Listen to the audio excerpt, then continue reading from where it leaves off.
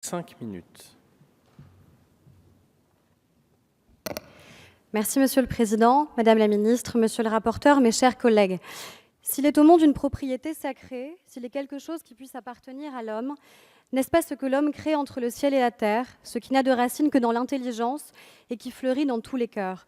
Les lois divines et humaines, les humbles lois du bon sens, toutes les lois sont pour nous, écrivait en 1835 Honoré de Balzac, qui fondera la Société des gens de lettres. Les circonstances nouvelles auxquelles nous sommes confrontés doivent nous conduire à affirmer avec force qu'une société numérique ne saurait être une société sans respect pour ceux qui créent. Le dire n'est pas remettre en cause la formidable opportunité que représente le numérique. Cette révolution des usages, du partage, de la collaboration, de la diffusion de la création et de l'information déploie devant nous des effets qui sont encore sous-estimés. Elle nous invite à réinventer de nouvelles règles du jeu. C'est pourquoi il apparaît nécessaire de créer un droit voisin pour les éditeurs de services de presse en ligne.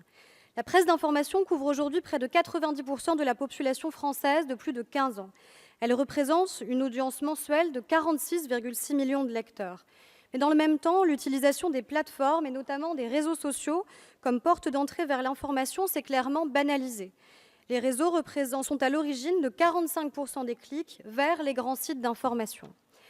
L'essor des plateformes apporte aux éditeurs une opportunité inédite de conquérir de nouvelles audiences, mais à mesure que le circuit de l'information change de nature, il complexifie la relation entre éditeurs et lecteurs et pose clairement la difficulté de la génération de revenus. Surtout, ce sont bien les contenus d'information qui sont une opportunité formidable de revenus pour les plateformes, tant ils les alimentent et sont devenus un critère d'entrée sur ces dernières. L'information est ainsi le second motif d'accès des utilisateurs à un réseau social.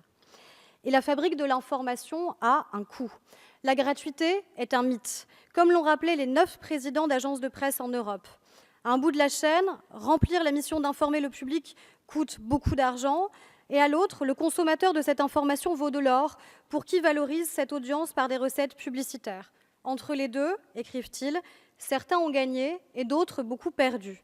Notre rôle est donc bien ici d'inventer des règles du jeu nouvelles pour que la presse vive.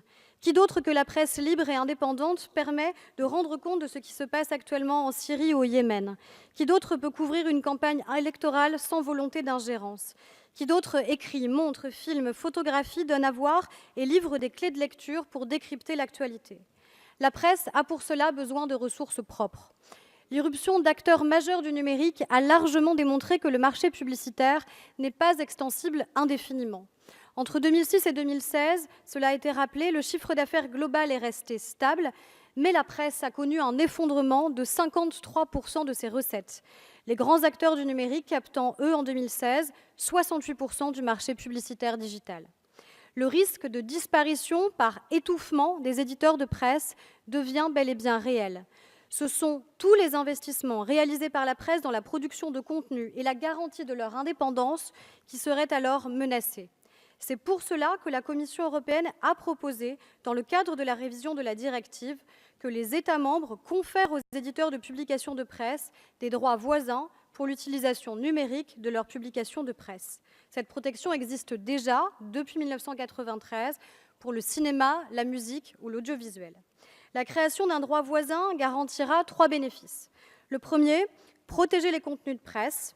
Le rapport Franceschini dispose d'ailleurs que la preuve de la reproduction dans le cadre du droit voisin qui est basé sur la fixation d'une œuvre est plus aisée, puisqu'il suffit de prouver qu'une partie de cette œuvre fixée a été utilisée indépendamment de son originalité. Deuxième bénéfice, anticiper les évolutions futures du secteur. Le droit voisin ne portera pas atteinte ni aux évolutions digitales, ni à la liberté, principe consubstantiel de l'Internet. C'est pour cela d'ailleurs que la directive ne vise pas à encadrer les hyperliens par le droit voisin. Troisième bénéfice, rééquilibrer les relations entre les entreprises de presse et les plateformes numériques. Les éditeurs de presse se trouvent aujourd'hui juridiquement démunis face aux plateformes. Elles sont ainsi devenues des banques de data qui exploitent les contenus qu'elles ne créent pas, tout en tirant des bénéfices de façon directe ou indirecte, sans assumer la charge des investissements nécessaires à la production journalistique qu'ils exploitent. La ministre de la Culture a rappelé que ce combat est avant tout un combat européen. La France a d'ailleurs remporté récemment une victoire décisive, Madame la Ministre, dans le cadre de la directive sur les services de médias audiovisuels. C'est la même logique qui doit pouvoir prévaloir ici. Permettre que la voix de la France soit puissante et portée au niveau européen, permettre que notre position soit entendue et que nos initiatives, aussi légitimes, chers collègues, puissent-elles être, ne prennent pas le risque d'être contre-productives au regard des discussions en cours. C'est la raison pour laquelle je soutiendrai la demande de motion de renvoi en commission. Je vous remercie. Je vous remercie.